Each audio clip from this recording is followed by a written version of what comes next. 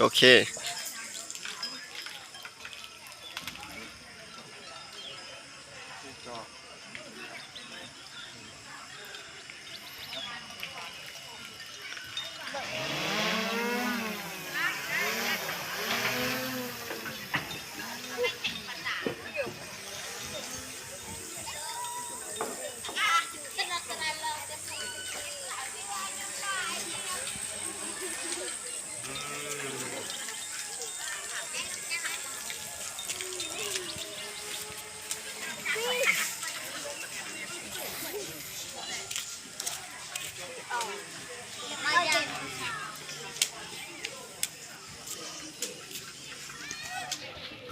ก็บ่เห็นว่ะ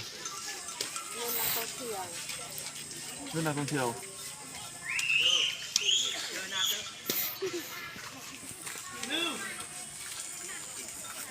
โอ้พ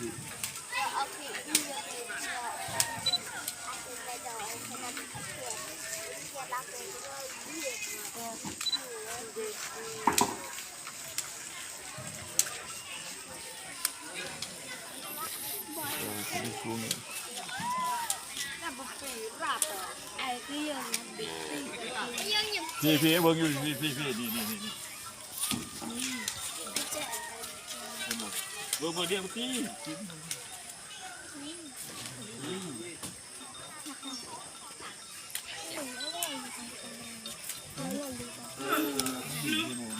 ใช่เบิ่งน้ำเลยเห็นบ่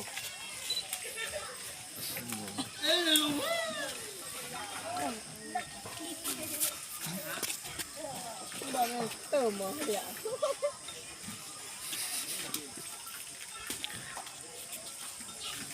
ต้องได้ต่อ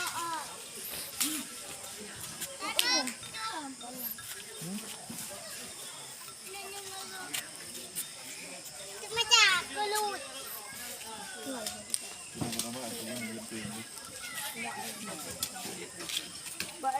มันจะเอาไปได้กงเนาะ